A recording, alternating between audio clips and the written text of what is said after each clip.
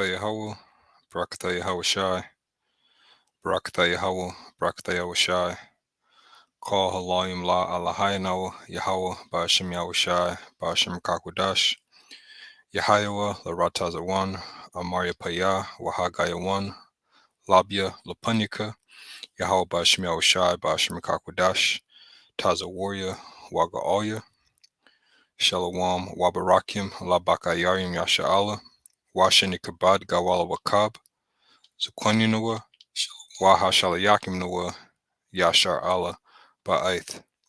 Yahweh is the name of the Heavenly Father. Yahweh Shai is the name of the only begotten Son. Rakah HaQuadash is the Holy Spirit. All right. Peace and blessings to the elected Israel, which means it's just Shalom Barakim Labakayarim Yasha Allah, and double honors to our elders and apostles of Israel, all the elders and bishops, teachers and ministers, leaders out there. Double honors to you all for your diligence and your labor of love in this truth. And again, infinite praises and glory to Yahweh Ba'ashem, Yahweh Shai, Ba'ashem, Rakah HaQuadash. All right, I'm going to entitle this video, We Walk by Faith, Not by Sight. And it's based off of a comment. And I'm going to pull the screen up here just so I can show you all the comment. And yeah, we're going to go through this. All right. Got a good amount of information, so this should be good. All right. Yeah, here we go. All right, so about 2 weeks ago, about a week ago or so, I posted this image. All right, I posted this image of this place called Palawan in the Philippines. Now, Palawan literally means, loosely translated, means the land of the beautiful. And the Hebrew word for, when you look up the Hebrew word for what Pala means, or Palawaf, or Mapala, it means extraordinary, wonderful, miraculous, astonishing. Also down here you can see Pala. All right, you can see the Hebrew word Pala. It says to make extraordinary, wonderful, to act miraculously, marvelously, to consecrate, to sanctify. All right, so this was spiritual. You see Palawan. All right, it got a lot of responses, feedback. A lot of people liked it because it's all in faith. We speak everything and we believe in faith. And I got this comment here of this individual who goes by Exister. Let's see if they got anything on their page. That's one thing I didn't do. Let's go to their videos and see if they talk about the Hebrew. Their last video was 2 years ago. Looks like he's got a looper with a guitar here. So yeah, there's nothing here that would suggest that this person believes in the scriptures, or knows anything about Hebrew. All right. So let's go back to this comment. Let's just state that first. All right. Because here it is on this platform. This is all I go into. All right. It's all I really talk about. Now, he said, if you can see this, it says, how do you explain this language not predating Sumerian and the fact that most biblical texts are copies of / retellings of Sumerian / Zoroastrian texts? To me, this strengthens my faith in the Bible. To others, it might make them question. I'm curious to know where you guys stand on this. And I put, we stand on faith, shalom, which means peace. And he put, essentially, you just ignore the facts I see. And I said, essentially, you don't believe in the Bible like you claim. Because here it is. He said it would, if he knew, if we could prove how it predates these other religions and languages, then it would strengthen his faith in the Bible. But then he said to others, it might make them question it. So really, he is the other. All right. The fact of the matter is that you walk by sight and not by faith. You really don't believe in the Bible, or else you wouldn't be asking questions like this. All right. Now, you said, now let me get some scriptures. Let me just set the stance here. Right. This is Paul's letter to the Israelites scattered in Rome, the 3rd chapter and the 3rd verse. It says, for what if someone did not believe? Shall their unbelief make the faith of the Most High without effect? God forbid, yet let the Most High be true, but every man a liar. as it is written, that thou mayest be justified in thy sayings and mightest overcome when thou art judged. All right, so it doesn't matter whether you want to believe if the Lashon Kodash or the Hebrew, or specifically this word palawam means beautiful or amazing or marvelous. Doesn't matter. The Lord is still going to speak the language of the heavens. All right. This is Isaiah chapter 5 and verse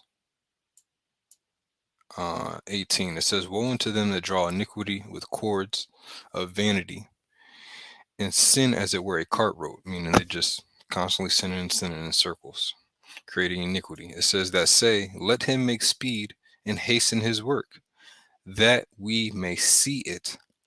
And let the counsel of the Holy One of Israel, Yasha Allah, draw nigh and come, that we may know it." So the point of why I'm bringing this out is because you have a lot of Israelites out there. They're see it to believe it Israelites, and that's wrong. All right, you provoke the Lord to anger when you ask questions like that. All right, because it's not in faith. All right, you asking these questions as if you believe in the scripture, but you really don't. All right, you really don't believe in the scripture talking about how do we know that the Hebrew doesn't predate uh, the copies of the Sumerian language and all this other stuff. You're saying that will strengthen your faith in the Bible, but to others it'll make them question. Well, you just proved yourself that you're not a believer. You proved yourself someone who always has questions, and that what you need to see the work of the Lord, right? Now let's go to the next scripture I have here. This is Jeremiah 17 and verse 4. It says, Jeremiah 17 and 4, "And thou even thyself shalt discontinue from thine heritage that I gave thee, and I will cause thee to serve thine enemies in a land which thou knowest not. We have kindled a fire in my anger, which shall burn forever." All right. And the way that the Lord, let's look up discontinue. One of the ways that the Lord discontinued our heritage was, one, taking away our land, two, taking away our customs, our language. All right, let's look up. This is a shamat. It says shamat. It says to release, let drop, or loose, or rest, or fall. To cause, to let drop, to made, to fall down, to be thrown down, to release, to drop. And that's what the Lord did. All right, he dropped our language. All right, he dropped our language. He made us start speaking Hebrew, French, Dutch, all the other languages of our oppressors. All right, and you got to know that throughout the history, through the discontinuing, they burned our books, they burned our family members, they burned all our relics and stuff. It wasn't until now when they started doing excavations, all right, excavations, that now you can find Hebrew relics around the world. All right, now there were some stones that turned up here in the states that Native Americans found, the tribe of Gad had. All right, I believe this one is in Ohio. All right, and it has Hebrew inscriptions on it, just like the Omer cups. These are also different relics that have Hebrew on it. All right, you don't see, and these are all, some of them are found in the land of Israel, in and around the Middle East. All right, so this is another way that we know that the Hebrew is the oldest language on earth. Here's another one: the Bible, Buried Secrets, Archaeology of Hebrew. There's another one. Another one I want to pull up is called the Moabite stone. Now, this stone wasn't even written by us. This was written by a heathen, if I'm not mistaken, a Moabite king, Misha, called the Misha Stela, all right, which Misha means king. Masha means king. Now, when you look on here, you can see that it's clearly the Lashon Kodash. All right, it's clearly the Lashon Kodash. So now that I brought those points out, let me get this other scripture too. Hebrews chapter 11 and verse 1. And then I'm going to read a good amount of this information that I have on the Hebrew. It says Hebrews are the book is called Ibaryath, Ha Ibaryath, right? The book is literally called Ha Ibaryath. That's the spirit. Look at this up here. 144. Barakatha Bashimel Shai. It says, now faith is the substance of things hoped for, the evidence of things not seen. So you're saying that we literally believe things. This is what this guy said. What do you say? So essentially, no, here we go. Essentially, you just ignore the facts I see. All right. Well, the fact of the matter is that a lot of our books and a lot of our scrolls and everything were burnt up. All right. Usually, family will pass on history that's written down in the scriptures, and there's plenty of scriptures that talk about how the men of the Lord were commanded to write things down. All right. But the Yahweh by Shem Shai is so powerful that he had just enough books preserved for us to have in these times. If you have a 1611 Bible. All right. Now, in Hebrews 11:1, it gives you the literal definition of what faith is. Faith is the substance of things hoped for and the evidence of things not seen. So let's look up substance. Substance says setting, place under. Substance, quality, nature, person of a thing, steadfastness of mind, firmness, courage, resolution, firm, trust, assurance. All right. Now, that's not giving exactly what we want, right? So let's go to substance. Let's look up the etymology of substance. All right. Since we want to language, let's look up the etymology of words. All right. And I dare that person to make a comment on this video. And you should be ashamed of yourself. And this is what your page looks like. If we were to go to you to figure out the truth about languages, we'd be through. You ain't done nothing in 2 years, and the last time you did something was of you playing the guitar and looping the sound for 1 minute and 16 seconds. Then before that, you didn't. The video prior to that was 3 years, a whole year before that. So get out of here, man. This video I'm doing is for the edifying of the elect. Substance. Essential nature, real or essential part, real. Goods, possessions, nature. Being essence, material. All right. I know what's that? Sub meaning under, and to stand. The star part is stand or to be make firm. So under, so under what's being firm. All right. Basically material. That which one's owns on substance or property, the being, essence, or nature of anything. All right, so let's go back to Hebrews because he said essentially we ignore facts. All right. Well, we stand on faith. You asked me what do we stand on? We stand on faith. What do you want me to go over there to the land of the Israel in Sumeria and dig 200 feet and then do a video? No, we're not doing that, man. All right. Let's look up evidence. All right, evidence in the Greek. El enkos, a proof, that by which a thing is proved or tested. And what's been proved or tested? The Lashwan Kwadash, because it's being spoken in the heavens. All right, it's literally the language of the heavens. Evidence. All right, and the Lord spoke Hebrew. All right, spoken in Genesis, the first chapter. All right, when you go to Genesis, the first chapter, all right, Genesis, let's go to Genesis 1. All right, let's go to Genesis, the first chapter. Yeah, here it is, the third verse, the Alahim. It says, and Alahim said, let there be light, and there was light. So they literally spoke it into existence. Waya Amar Alahim, Yahaya Awar. It says, let there be light. Wayahaya Awar, and there was light. You see? So these were some of the first Hebrew words ever spoken in the Shemayim, which is also Hebrew. All right, and the judges of the powers, along with Yahushua, were speaking these things into existence. So when they say "Let there be light," they lived that was spoken into existence. All right, evidence, appearance from which interferences may be drawn. Proof, distinction, vivid presentation, clearness, obvious and apparent. It's obvious and apparent that Yahweh Shem Yahushua is real. It's obvious and apparent that when these relics were dug up, there were no vowel points on them. It was obvious and apparent, and this is all we need. Really, we don't even need this. We going off of faith. This just strengthens the faith. Again, it's obvious and apparent that there's no vowel points here.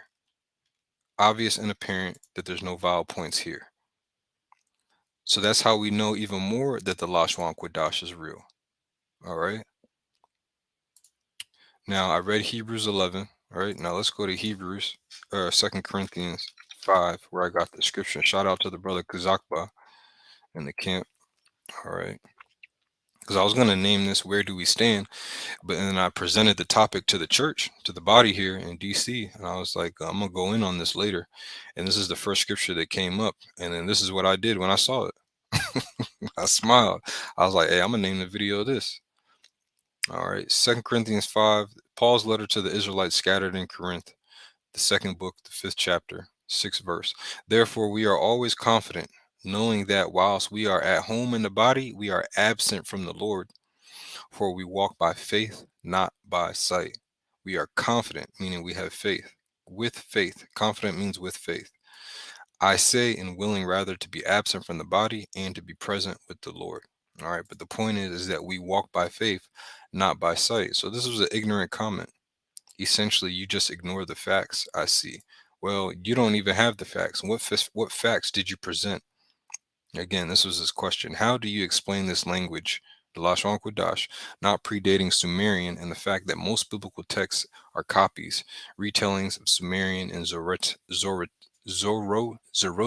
texts? To me, this strengthens my faith in the Bible, which you don't have faith in the Bible.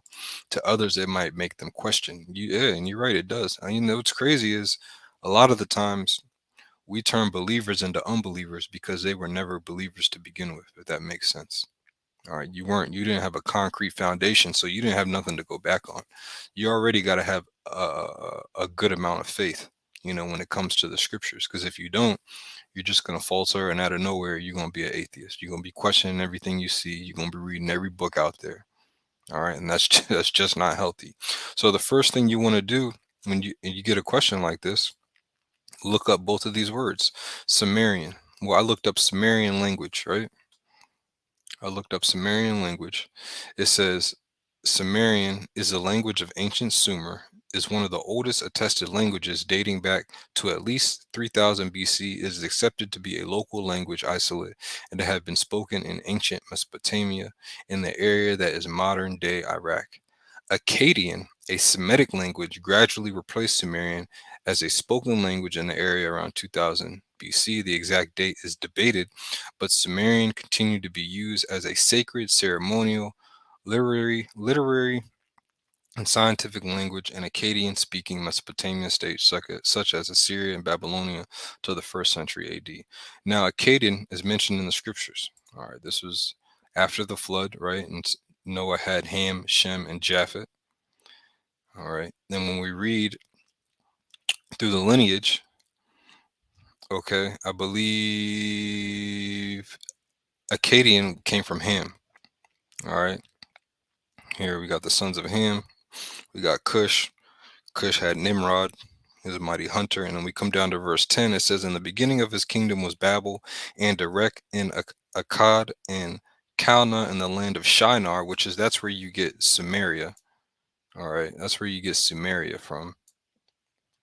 It says, and out of the land went forth Ashur and builded Nineveh, Assyrians, in the city Rehoboth and Calah, which is crazy. You got a Rehoboth in Delaware.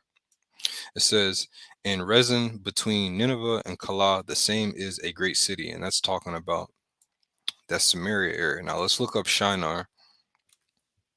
When you look up Shinar, because Akkad, there were four major cities over there, and Akkad was just one of them. Let's look up Akkad. Subdul, a city in North Babylonia, also the district around it, probably meaning to strengthen. Akkad, a place in Babylon. Now let's go to Shinar.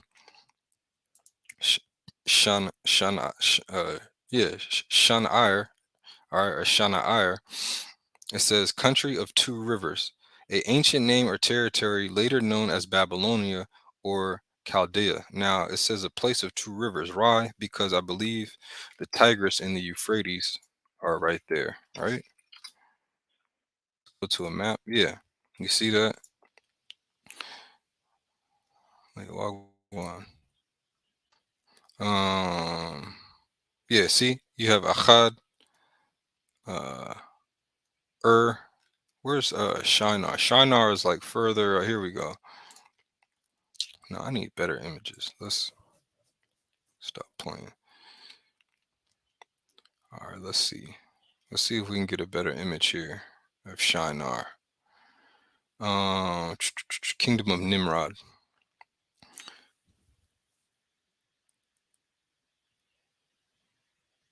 Well, you get the point. All right. It was between Tigris and Euphrates. Those were the two major rivers that went. And that's why it's Shinar, with Shinar sounds like Shunya, and Shunya means two in the Hebrew. All right. Let's see if it'll go all the way back to that root. Right. So here we are with Shinar, which no, it doesn't say it. All right. But if we type in two, which it makes sense, the shun part, God made two great lights. Right. Let's see. Are the powers, Alahayim. Right, he said he made two. Yeah, see here you have Shanyam, which means two, because you got a Chad, which means one, which that's spiritual. You got a Chad and Shinar in the same places, which a Chad is one, Shinar is two, Shalash is three, Shamash is four, no, Hamash is four, Shamash is five, Shalash is six, and what is it? Man, I forget how to count from 10. There's Hebrew words for all of them. Achad, Shanya, Shalash. No, Achad, Shanya, Shalash, Arabai, Chamash, Shalash, Shabai, Shamwana. What is 9? I know 10 is Ashar. Dang, what is 9 again? We gotta look it up.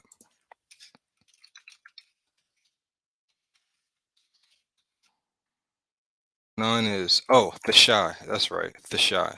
All right, Thashai, which is all spiritual. Let's get back on topic here. All right, let's get back on topic. Um, so the next word I looked up, which now let's look up Sumer. See, I looked up Sumerian language, but let's just look up Sumer. There's something very important that I want to point out here. Down here in the name, it says the term Sumer is the name given to the language spoken by the Sumerians, the ancient non-Semitic speaking inhabitants, and I'm going to speak about this. All right, because what happens is you'll have guys like this seeing. They'll see this and say, see, they were non-speaking. How do you know they weren't older? Well, when you go into the history, they didn't always speak that language. All right, their language was changed. But if you don't believe in the scriptures, you wouldn't understand it. You wouldn't believe it. All right, it says by the inhabitants of southern Mesopotamia, by the successors of the East Semitic speaking Akkadians. The Sumerians referred to their land as Kengir, the country of the noble lords, as seen in their inscriptions. The origin of the Sumerians is not known, but the people of Sumer refer to themselves as black-headed ones. And this is very important. Remember that this said that the origin of the Sumerians is not known. The reason why they say this is because their language appears to have just appeared out of nowhere. All right, just like with the Aramaic language. All right, you got the Aramaic language, the Hebrew language. I'm gonna read it in this book eventually. I'm gonna pull this book up, and I believe there was another. Basically, you had the Shemite language, the Hamite language, and the Japhetic language. All right, and the Japhetic language and the Hamite language, they looked very similar, but the way that you pronounce the words and the way that the words even meant were just completely different. And that's how the Lord dismantled the languages. All right. Now, I'm going to go to this next thing. All right. Now, he said, how do we know that the Hebrew doesn't predate or is copying the the Zoroastrianism? All right. So I looked it up and it says Zoroastrianism is an Iranian religion and one of the world's oldest organized faiths based on the teachings of Iranian speaking prophet Zoroaster. That's all I had to see. That's all I had to see. Scriptures don't talk about this person. All right. And we understand that the languages were divided. Let's see if language is going to come up anywhere on here.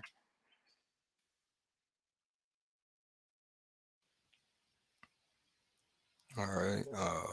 Let's go to the next one. That doesn't look pertinent. Zoroastrianism remained part of the cultural heritage of the Iranian language speaking world as part of as festivals and customs. This has nothing to do with Israelites. Communities exist in Tehran as well as Yad Kerman and Kermanshah, where many still speak an Iranian language distinct from the usual Persian. They call their language Dari, not to be confused with Dari of Afghanistan, which is still the same people. Iran, and Afghanistan. It's all Persia. Their language is also called Garvi. See, none of this, sometimes their language is named for the cities in which it is spoken. Yeah, see, none of this, none, just, look, this is Iranian language.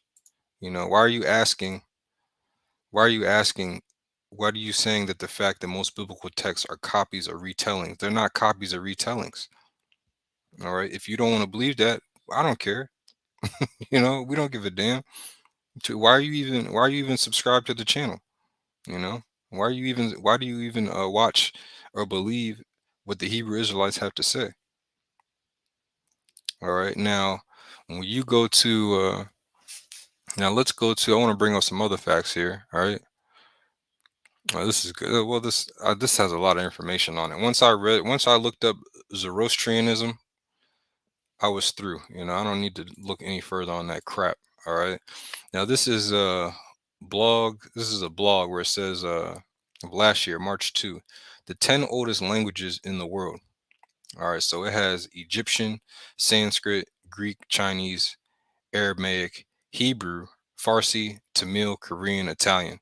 Now, you notice the Egyptian is up here and Hebrew is down here.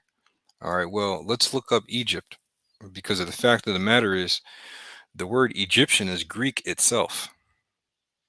All right, when you come here, Egypt in the Edom Online, all right, because if you try to look up Egypt, the meaning of the name, it's not going to give it to you. So the etymology, it says the Egyptians, from the Greek Aegyptos, the river Nile, from Armana, corresponding with Egyptian, temple of the soul of Ptah, the creative god associated with Memphis, the ancient city of Egypt. That's still not it. Strictly one of the names of Memphis, it was taken by the Greeks as the name of the whole country. The Egyptian name Kemet, which Kemet goes back to the Hebrew word Hum, which means hot. Kemet means black country, and that's a lie. All right, black is that's this is not how you say black in any Hamite languages. All right, it says country possibly is reference to a rich delta soil. No, it's reference to the people. Ham is dark as hell. It says the Arabic is Mizr. So for Egypt in Arabic, it's Mizr, which derived from Mizraim, the name of a son of biblical Ham. So everything goes back to the scriptures. So if they're trying to say that Egypt goes back to Ham, well, let's go back to Genesis. All right, if Egypt is the oldest language, well, let's go back to Genesis. The Let's go back to Genesis, the 10th chapter, right? It says that Egypt goes back to the biblical man Ham. And here you have Mizraim. All right, now is Egypt, loosely translated for us anyways, means house of bondage. Now, when you go to Mizraim, I believe it means like by the banks or something like that. Let me look this up. I don't know. Now, hum, just like you have ham here, hum means hot.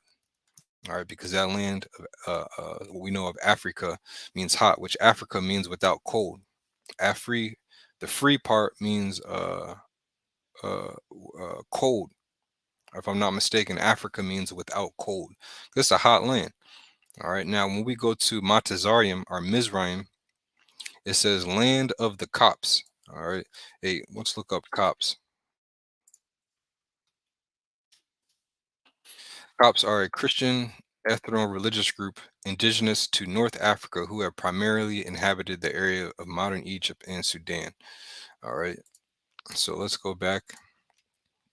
It says land of the Copts, which this didn't always say this, because I do remember a long time ago, I asked, yeah, here it is. Oh, Salat. Okay, I was about to say. Here's another one. The double straits. All right, Egypt, the land of the double straits. Now, if we look at Egypt, Egypt,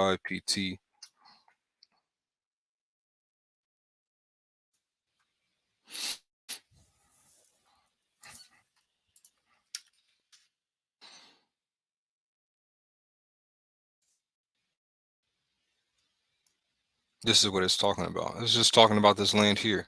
All right, this was known as the land of the double straits, which we're going to find out. All right, what the real meaning of the name is, because sometimes blue letter will go off. But what we do know is that Montezarium came from Ham. All right, Egypt came from Ham. So when they say that Egypt is the number one oldest language, how can that be if they came from a man who was speaking Hebrew? All right, you had to remember the whole earth was of one language. All right, and Noah spoke the language of his forefather. When you go to the next chapter in Genesis 11, it says, "And the whole earth was of one language and of one speech." All right, it wasn't until the Tower of Babel when everything got dismantled. Right.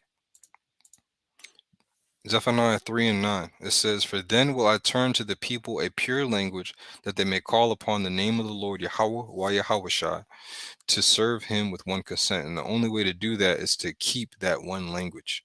All right. And it's not a copy of other texts, it's not a retelling of other texts. All right. Now, I want to get some of this info and read some of the stuff out of this book, and then I'm going to wrap up here. All right. This is a book that the brother Amathia Eyes, Shalom, by way of the brother Zahar Yahweh, took a screenshot of some things in here that are pretty good. So I'm going to read some of this stuff. All right. And I'm going to wrap up. It says, "How the Hebrew language grew." Now, this book is by, I think the brother sent me a screenshot of the book. Did I not forward it? Let me look up the person's name real quick. Bear with me. I'll just put it on the screen.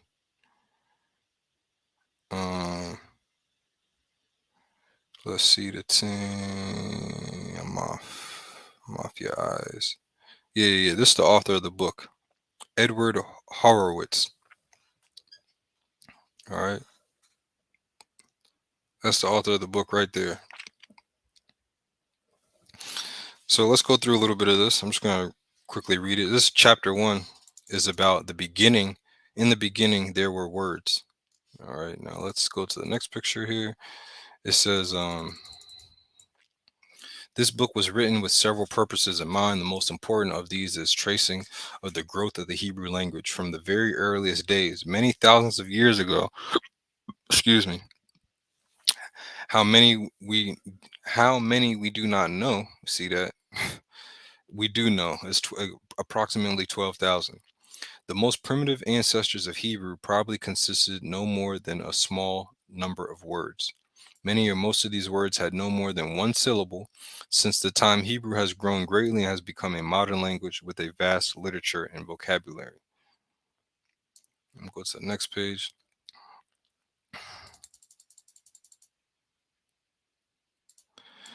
Um, this I want to read. I'm going to start right around here. It says, "Great scholars, men of intellect and vast learning, have spent lifetimes searching out the secrets and the mysteries of the Hebrew language.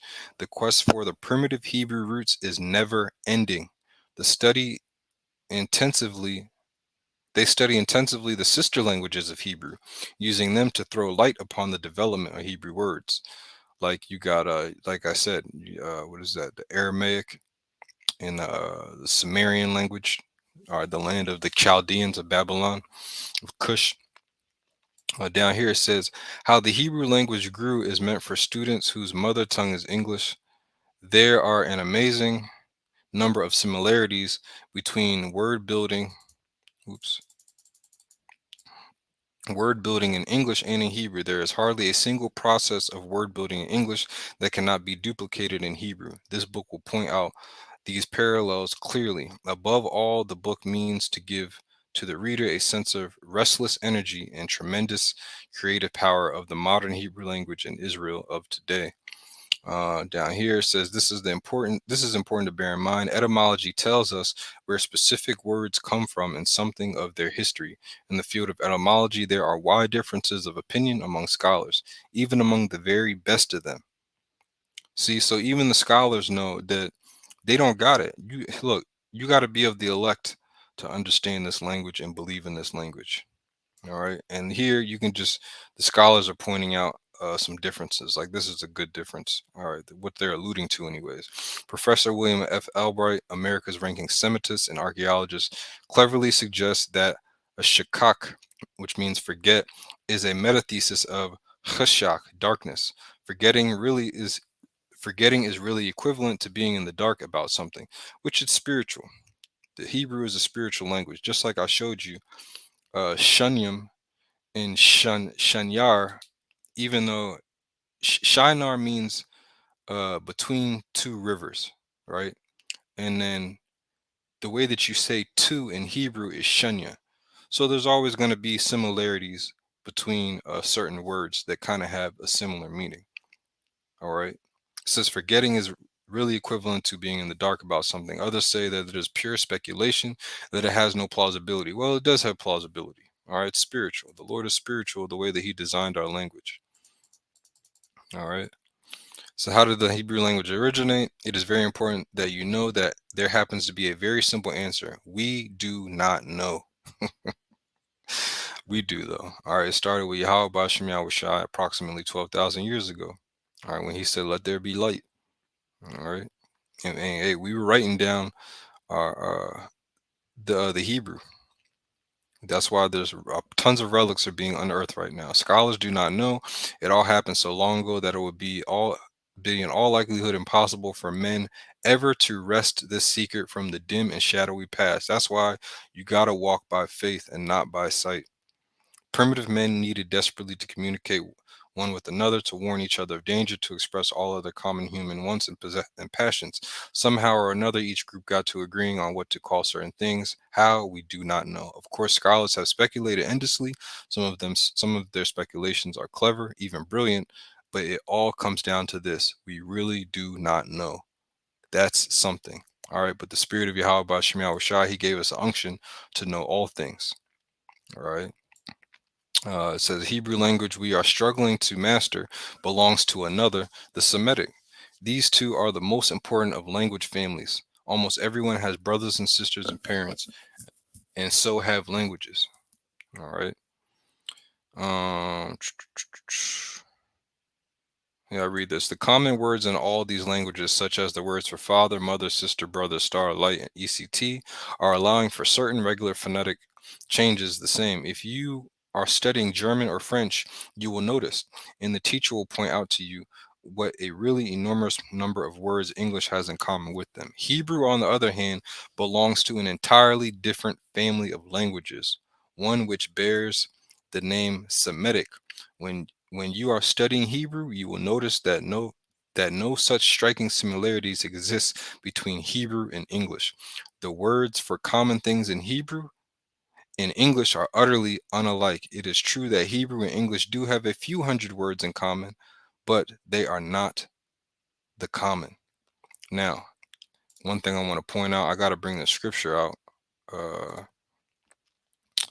the prelude to Sirach. Let's get that. All right, let's get the prelude to Sirach, and then I'll keep reading some of this information.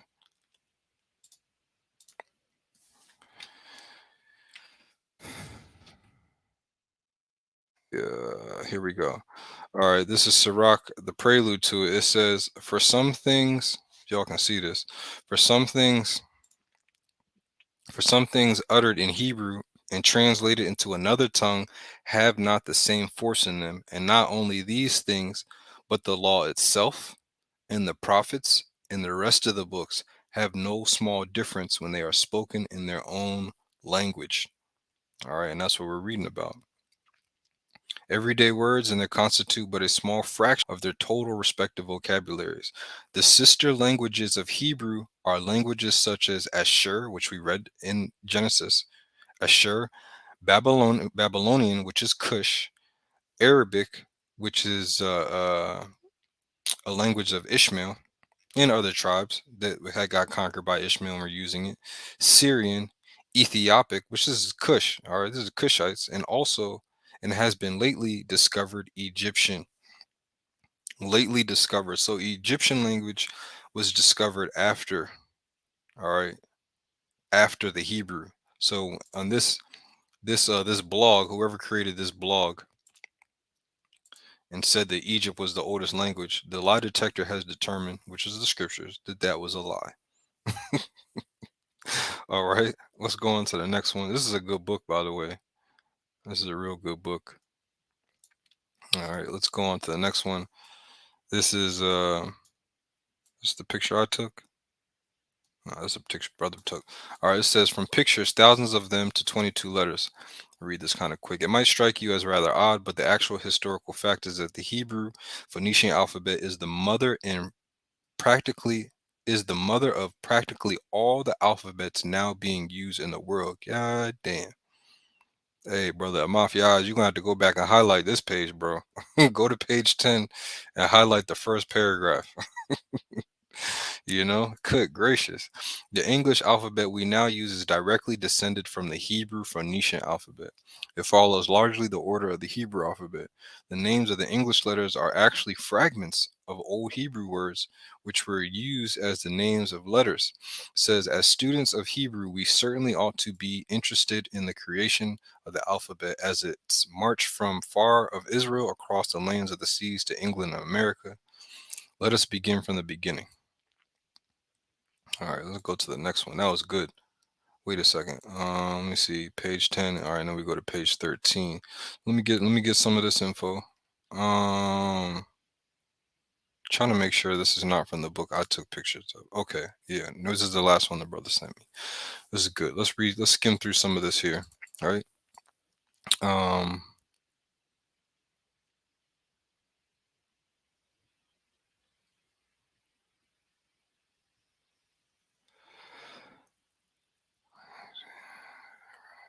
here's a good. I'll start here.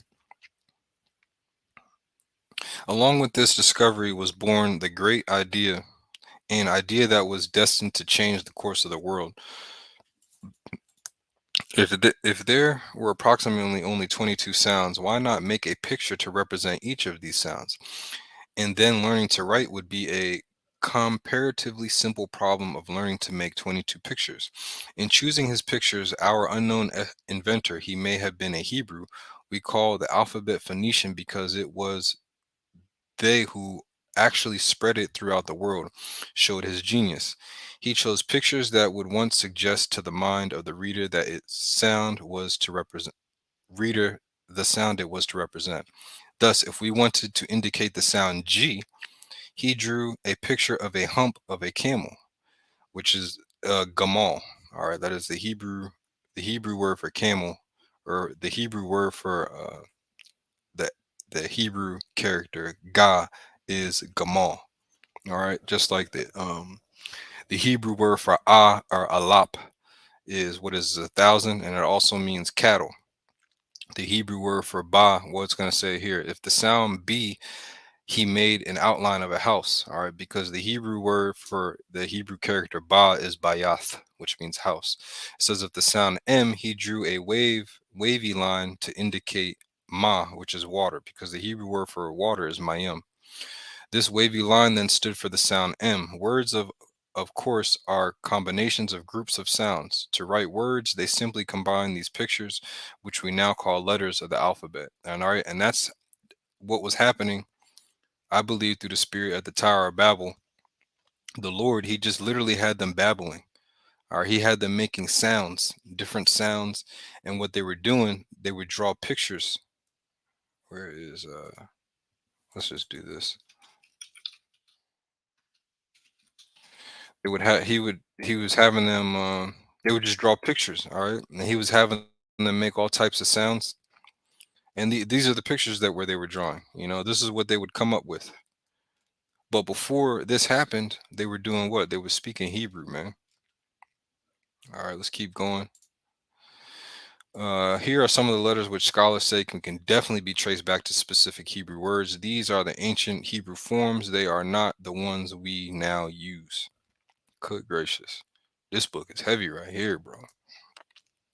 And this is called uh from pictures, thousands of them to 22 letters. That's the chapter. All right, now this is from a Bible dictionary the brother Zahar Yahweh gave me, and I looked up the word Hebrew.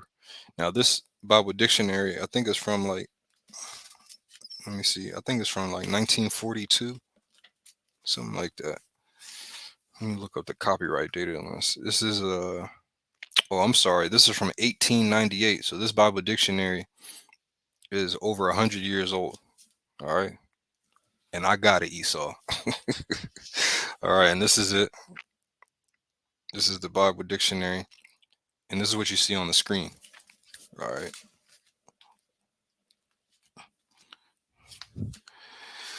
Now, this says it says Hebrew, and I went into this before when I did a lesson on Eber. It's through the Spirit. With the Zaquan with the Zaquan Yashawamba. All right, so now the first part is on Eber, right? Because it goes into how Hebrew or Ibaria came from a name named Eber who carried this language on. All right, now when you skip down here to the second definition, and again, let me just refresh y'all mind. Let me refresh y'all mind of why I'm doing this video.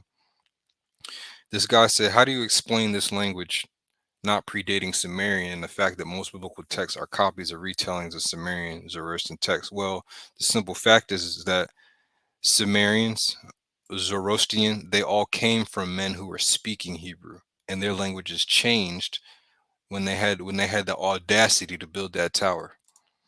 Now here it says the language spoken. Let me zoom in. All right. It said the language spoken by the Hebrews, and it gives you scriptures here, and called poetically the language of Canaan. There is a reason to believe that Abraham found it in Canaan instead of bringing it with him from Chaldea, which that's a lie. All right. He brought it from Chaldea, all right, the land of Ur. They were speaking those languages. All right. Now, Abraham, of course, maybe some of his forefathers and his relatives were because they was going off worshiping all types of other deities that they weren't supposed to. They might have been speaking half in those other languages. That's probably why they tossed that in there. But it says this, in the tablets from the Tel El Amarna and the Moabite stone have shown that at least the Canaanites and the Moabites, if not even the adjacent tribes, spoke a language not very different from Hebrew. So you can't say that Egypt, this freaking list, they said that Chinese is older. No, it's not. The original inhabitant, the original Moabites, the original Chinese people, they were speaking Hebrew. All right. This list, this whack ass list. Like Chinese is number 4. It says, it belongs to the Semitic. Let me read that again. If not even the adjacent tribes spoke a language not very different from Hebrew, it belongs to the Semitic groups of languages, like the most of them. It is read from right to left, not like English from left to right. Its alphabet consists of 22 consonants. Their names are found in Psalms 119, which is divided into groups of 8 verses, which it's those, the way that they're written in Psalms 19 is the Assyrian. All right. It doesn't say Aleph, Bayath, Gamal, Dalaf. It doesn't say that. All right. But it gives you context clues on how to say it correctly. It says in each of these groups, a several letter of these alphabet dominates beginning each verse, which is true. Originally, the language was written without vowel points. This not being introduced, that's why I'm saying you can't. We don't walk by sight. We walk by faith. We walk by faith, not by sight. All right. There's evidence showing of all these relics that there were no vowel points on any of the stones that have been found, the pottery that has been found. All right. The Moabite stone, for instance, no vowel points. It says they were the work of certain Jewish doctors called Masoretes whose headquarters were at Tiberias, go figure, with the exception of a portions of the books of Daniel and Ezra and the few verses elsewhere in Aramaic. The whole of the Old Testament was written originally in Hebrew. My man. All right. Now, this is a book I have. Brother Zaharia Howard also gifted me with this. This book is called the Ancient Hebrew Language and Alphabet, Understanding the Ancient Hebrew Language of the Bible Based on the Ancient Hebrew Culture and Thought by Jeff A. Benner. All right. So let's go. Let's come here. This is on page, I believe this be at page 6, right? It says, Noah had 3 sons, Shem, Ham, and Japheth. It is during their lives that the powers brought the great flood. Because of man's wickedness, only Noah and his family were spared. God commanded Noah and his descendants to be fruitful and increase in number on the earth. It says Noah's descendants remained in the area known as Mesopotamia. Here, man began to build the Tower of Babel in order to cause the descendants of Noah to scatter and fulfill the earth, fill the earth. God said, "Let us go down there and confound their language, that they may not understand one another's speech."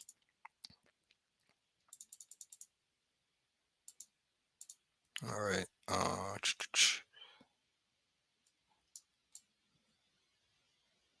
Hold on. Is this page? Yeah, page 7. Let me zoom out. Let me make sure. Let me go back. Slock it. Here we go. After the incident of the Tower of Babel, which occurred around 4000 BCE, we find three major languages. Around 4000 BCE, we found three major languages, each, whoops, each very different and unrelated to each other. Egyptian, Sumerian, and Hebrew. What does that sound like? Ham, Shem, and Japhet. Egyptian, Ham. Sumerian, Japhet, possibly Japhet. Hebrew, Shem. The arrival of the Egyptian and Sumerian languages seems to have mysteriously appeared out of nowhere. It is interesting to note that while all three have a very similar pictograph from a writing, the sounds of each of the letters are different, possibly indicating the method which the Most High used to confuse the language of men. All right. So, we use these books to validate what we already know. But again, if you don't already have faith, none of this is going to make sense to you, and you're not going to believe it. And that's the kind of the final point that I wanted to make. Egypt is not the Egyptian language is not the oldest language on earth. All right, a little boat, a cat smiling, all these other different little images that are written. Those are not the original languages. We already read that those languages came about probably because men were just making sounds to one another. And what they did was they wrote down what that sound was, and that letter became that character became that word that the sound was making. All right, that's why Mandarin is an extremely hard language to learn. It's extremely hard to learn, right? Now it said around 4000 BCE. Well, look, this this list right here, timeline of some of the world's oldest languages, this stops at 2690 BC. So, hey, what's going on here? All right, let's type it in again. What is the oldest language on Earth? By order of appearance, Tamil would be considered the world's oldest language. See, Esau is just, and this is what happens. This is what happens. Esau will throw thorns in there and try to choke up the truth. Oldest languages of the world. What is the oldest language?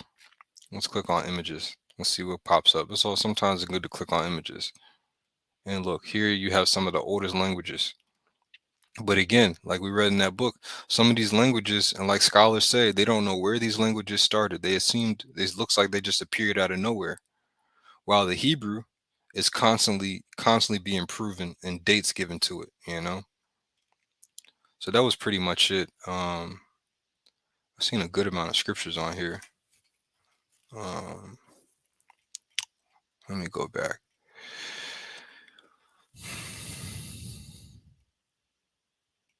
Yeah, this is the one I wanted. I want to get this. And then I'll wrap up. All right. Slovakia. Pull this guy up here. Shalom. GMS One Abba 144, Acts 26 and 14. It says, when we were all fallen to the earth, I heard a voice speaking unto me and saying in the Hebrew tongue, Saul, Saul, why persecutest thou me? It is hard for thee to kick against the pricks. So he heard a voice from heaven speaking to him in Hebrew, because you got to remember, Paul understood Hebrew, he understood Greek, and he probably knew Latin. Verse 15, it says, and I said, Who art thou, Lord? And he said, I am Yahushua, whom thou persecutest. All right. And this is not the only time a voice from heaven has been spoken. When Moses, King Masha, was on the mountain, he was receiving the Lashwan Quadash. All right. Look at this. You go to the movie Ten Commandments. Let's click on images.